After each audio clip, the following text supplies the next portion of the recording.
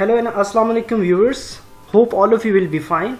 Viewers, today we are going to debate on the topic United States of America and the development of first atomic bomb, and that was bombarded on Hiroshima and Nagasaki in 1945. आज हम बात करने जा रहे हैं United States of America के atomic bomb के बारे में और जिस तरीके से उन्होंने जो है दो सिटीज़ को टारगेट किया, इसके हवाले से आज हम अपनी इस लेक्चर को जो है वो अंडरस्टैंड करने की कोशिश करेंगे। तो आइए चलते हैं, स्टार्ट करते हैं अपना topic, that is the United States of America and the development of first atomic bomb 1945. So viewers, here we are. In today's lecture we are going to discuss the basic story behind the atomic bomb, Pearl Harbor attack, Manhattan Project. Manhattan Project क्या था and why Pearl Harbor. Pearl Harbor जो है वो क्यों हुआ, इसकी क्या ज़रूरत पेश आई थी कि पर्ल हार्बर को जो है वो टारगेट किया गया bye the Japanese air force. And finally हमने ये देखना है कि एटॉमिक बॉम्ब जो है इसको जो है जब एक्सप्लोड किया गया, ये दो सिटीज़ थी हिरोशिमा नागासाकी, उसके बाद उसका क्या आउटकम आया। तो इन तमाम पॉइंट्स को आज हम इस लेक्चर में कोशिश करेंगे वन बाय वन इसको हम डिस्कस करें। सो व्यूवर्स, बेसिकली मैनहट्टन प्रोजेक्ट जो है, मैनहट्टन जो है एक सिटी है जो कि एक यूनाइटेड स्टेट्स ऑफ अमेरिका की जो है एक स्टेट जिसका नाम न्यूयॉर्क है, हम सब उससे वाकिफ़ हैं, वहाँ पर ये सिचुएटेड है। इसकी लोकेशन है मैनहट्टन, एक बहुत खूबसूरत सिटी है। और मैनहट्टन जो है basically that was the code name, एक कोड नेम दिया गया इसको, nuclear bomb project, and that was started in early 1939, जिसको यूएस रिसर्च प्रोजेक्ट के नाम से भी जाना गया। मैनहट्टन जो है, जो एक सिटी है, वहाँ पर यूनाइटेड स्टेट्स ऑफ अमेरिका ने 1939 में इसको एक कोड वर्ड दे दिया गया अपने न्यूक्लियर प्रोजेक्ट को, जिसका नाम था मैनहट्टन प्रोजेक्ट, ताकि दुनिया को ये जो है पता ना चल सके कि यूनाइटेड स्टेट्स ऑफ अमेरिका जो है वो एक न्यूक्लियर बॉम्ब जो है उसको डेवलप कर रहा है। इसी हवाले से हमारे पास एक बुक है जिसका नाम जो है जिसको कंपाइल किया है लेस्ली आर ग्रोव्स ने, और the story of Manhattan project. इस बुक को आप स्टडी कर सकते हैं, इसको पढ़ सकते हैं, इसको गो थ्रू कर लीजिएगा, ताकि इसमें इस पूरे जो प्रोजेक्ट था मैनहट्टन प्रोजेक्ट, इससे रिलेटेड आपको बहुत कुछ जानने को इस बुक में मिल जाएगा। देन हमारे पास the role of two scientist, अब दो साइंसदान थे जिनका रोल बहुत यहाँ पे जो है वो हमें देखने को मिला। फर्स्ट एल्बर्ट आइंस्टाइन, इनको हम सब जानते हैं, एंड देन एल्बर्ट आइंस्टाइन जो है ये बेसिकली जर्मन साइंसदान था, और इसके साथ इटालियन एनरिको फर्मी, ये दो साइंसदान थे जो कि जर्मनी से यूनाइटेड स्टेट्स ऑफ अमेरिका जो है वो प्रवास कर गए, और दोनों जो थे both were agree and both agree to told possible nuclear threats from Germany most probably and the axis powers. इन्होंने ये किया कि अब सेकेंड वर्ल्ड वॉर जब हो रही थी, उस मिड में इन दोनों साइंसदानों को ये लगा कि जर्मनी जो है अपना न्यूक्लियर प्रोजेक्ट जो है वो शुरू कर रहा है, और हमें ऐसा लगता है कि जर्मनी जो है कहीं ऐसा ना हो कि न्यूक्लियर वॉर जो है, न्यूक्लियर वेपन जो है वो डेवलप कर ले, और न्यूक्लियर वेपन डेवलप करने के बाद उसको इस्तेमाल करे, उसको, क्योंकि ज़ाहिरी बात है कि ये ओपोनेंट के लिए एक बहुत बड़ा थ्रेट था और एक चैलेंजिंग सिचुएशन थी।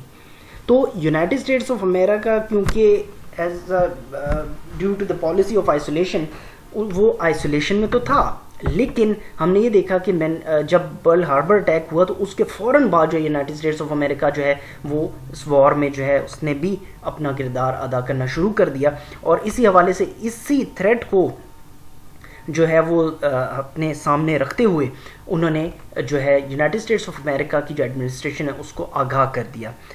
अब 1940 में $6,000 जो है उसको अरेंज किया गया टू स्टार्ट द प्रोजेक्ट। 6,000 अमेरिकी डॉलर जो हैं वो 1940 में उसको अरेंजमेंट किया गया ताकि जो है इस प्रोजेक्ट को स्टार्ट किया जाए। Then after US joins the war, second world war, United States of America की जो रिजीम थी उसने ऑर्डर किया अपनी आर्मी को टू स्टार्ट प्रोजेक्ट, और जिसमें जो है लेफ्टिनेंट रिचर्ड ग्रोव्स जो थे उनको जो है बेसिकली ये रिस्पॉन्सिबिलिटी दी गई कि इस प्रोजेक्ट को जो है वो जो है सुपरवाइज करें। And the first research started at the Columbia University Manhattan. Columbia University जो है वहाँ पर ये फर्स्ट टाइम रिसर्च जो है ओवर दिस प्रोजेक्ट वो जो है स्टार्ट हुई। अब क्योंकि सेकेंड वर्ल्ड वॉर का एरा है और एक टाइम से गुजर रहा था यूनाइटेड स्टेट्स और पूरी दुनिया, तो United States of America carried out the first test जो कि 5:30 AM at the morning time Mexican जो है वो डेजर्ट था, जुलाई 1945 and which can seen up to 40,000 feet. United States of America ने जो है वो फर्स्ट टाइम अपना जो एटॉमिक बॉम्ब है जुलाई 1945 में मैक्सिको का जो डेजर्ट था, मैक्सिकन जो सहरा था, वहाँ पर इसको टेस्ट किया और जिसकी इतनी शिद्दत थी कि उसको 40,000 फीट तक देखा जा सकता था और देखा गया। देन 1945 में प्रेसिडेंट फ्रैंकलिन रूजवेल्ट जो है उन्होंने of United States of America, उन्होंने जापान को जो है वो वार्न किया कि आप जो है हथियार डाल दीजिए। लेकिन on the other side Germany was also the hurdle for United States of America. एक तरफ तो जापान जो है वो हर्डल था, दूसरी तरफ जो जर्मनी था वो भी यूनाइटेड स्टेट्स ऑफ अमेरिका के लिए जो है एक बहुत बड़ा हर्डल था। और हमने देखा कि जिस तरीके से जर्मन्स ने जो है वो शिप्स को टारगेट करना शुरू कर दिया था। On the other side Japan ने जो है जो पर्ल हार्बर पर जो है अटैक किया, एक सरप्राइज अटैक था।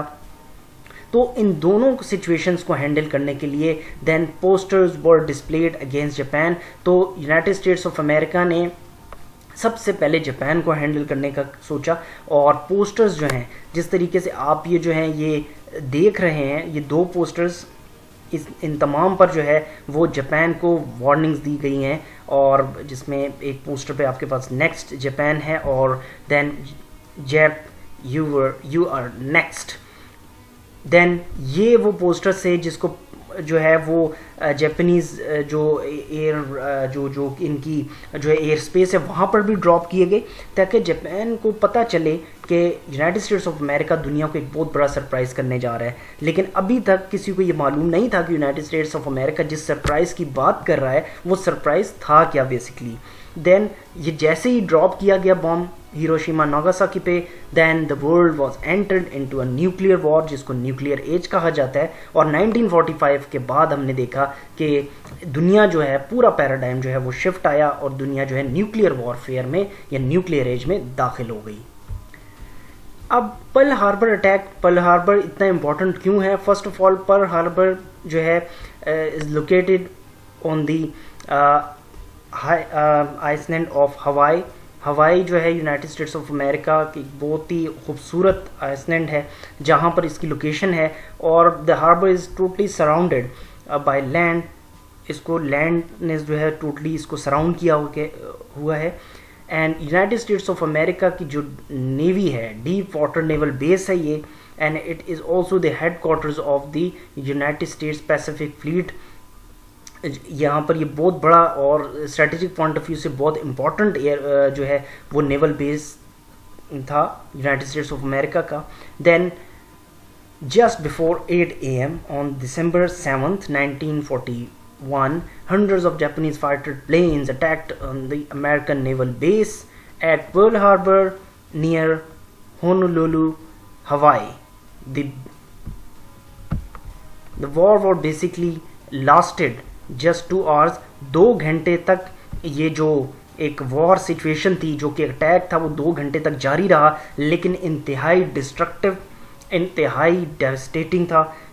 Then the Japanese manage to destroy nearly 20 American naval vessels including 8 enormous battleships and more than 300 airplanes. ये एक बहुत बड़ा लॉस था यूनाइटेड स्टेट्स ऑफ अमेरिका को कि उनके देखते ही उनको संभलने का टाइम भी नहीं मिला और उनके जो हैं वो हंड्रेड्स एंड हंड्रेड्स जो उनकी जो शिप्स थे और जो कि उनके प्लेन्स थे वो they have been destroyed by the Japanese air power. More than 2000 American soldiers and sailors were died in the attack and another 100,000 were wounded। President Roosevelt जो asked the Congress to declare war on Japan. Congress approved his declaration with just one dissenting vote. 3 days later, Japanese allies Germany and Italy also declared war on United States of America.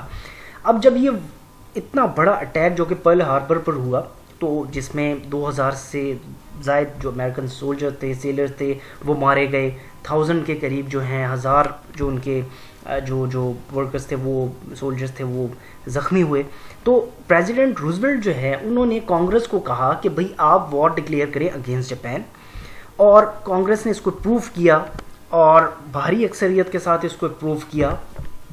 और जब ये approve हो गया तो कुछ दिन बाद, almost 3 दिन बाद, जापान के जो अलाइज थे, जर्मनी एंड इटली, उन्होंने भी वॉर डिक्लेयर कर दी against United States of America. The attack on Pearl Harbor was a surprise, but Japan and United States of America has been ending towards war for decades.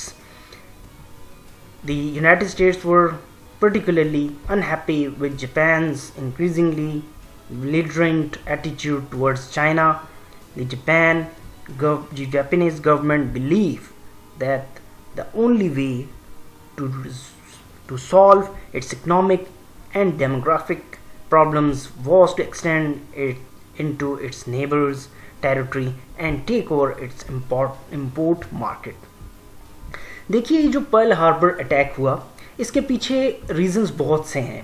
एक reason तो इसमें ये था कि एक सरप्राइज़ था, लेकिन ये कोई इतना बड़ा सरप्राइज़ नहीं था जितना बड़ा हम समझ रहे थे। यूनाइटेड स्टेट्स ऑफ अमेरिका और जापान के दरमियान पहले से एक टसल चल रही थी, इंपोर्ट एक्सपोर्ट पर, मींस के इकोनॉमी पर बहुत टसल थी। और जापान जो था वो बेसिकली पॉलिसी ऑफ एक्सपेंशनिज्म पर बिलीव कर रहा था, मींस के ज़्यादा से ज़्यादा अपने आप को एक्सपेंड कर रहा था। जापान की ये सोच थी कि जापानीज़ जो हैं वो ज़्यादा से ज़्यादा एक्सपेंड करेंगे तो वो ज़्यादा से ज़्यादा जो है अपनी मार्केट को, इंपोर्ट एक्सपोर्ट को ज़्यादा बढ़ा लेंगे, क्योंकि आपको अपनी जो जियोग्राफिक लोकेशंस हैं उसको भी सामने रख कर अपनी फॉरेन पॉलिसी को डिक्लेयर करना पड़ता है। इसके साथ जापान ने जो है चाइना पर जो है वो अटैक किया। चाइना का एक एरिया जिसको मंचूरिया के नाम से जाना जाता है, वहाँ पर अटैक किया और उसको जो है कैप्चर किया। तो इसके अलावा बहुत से और एरिया जो कि जापान ने इलीगल जो है वो कैप्चर किए थे, और अब जापान जो है वो वक्त के साथ साथ आगे बढ़ रहा था। तो ये जो जापानीज़ एटीट्यूड था जो कि यूनाइटेड स्टेट्स ऑफ अमेरिका को पसंद नहीं था, ये कुछ इसमें रीजंस थे कि जापान और यूनाइटेड स्टेट्स ऑफ अमेरिका के दरमियान इतनी ज़्यादा टसल क्यों थी। सो व्यूवर्स, आई होप कि आज के लेक्चर से आपको बहुत कुछ जानने को मिला होगा। इससे रिलेटेड अगर आपके पास कोई क्वेश्चंस हों, कोई क्यूरीज हो, तो आप मुझसे बिल्कुल पूछ सकते हैं। लेकिन फॉर दैट आप मेरा YouTube channel m.abdullah education official के नाम से मेरा चैनल है, इसको आप जाइए, लाइक कीजिएगा, share and like my videos. Bell icon पर प्रेस करना ना भूलिएगा, सब्सक्राइब कर लीजिए मेरे चैनल को, ताकि आपको लेटेस्ट वीडियोस जो हैं वो वक्त पर एंड ऑन टाइम मिल सकें। अगर आप कोई क्वेश्चन करना चाहते हैं, आप कमेंट सेक्शन में जाकर यूट्यूब पे आप मुझसे क्वेश्चन कर सकते हैं ना। I will be happy to take on your questions. Next time के लिए अपना बहुत ख्याल रखिएगा, मुझे दुआ में बहुत याद रखिएगा। Thank you very much and अल्लाह हाफिज़।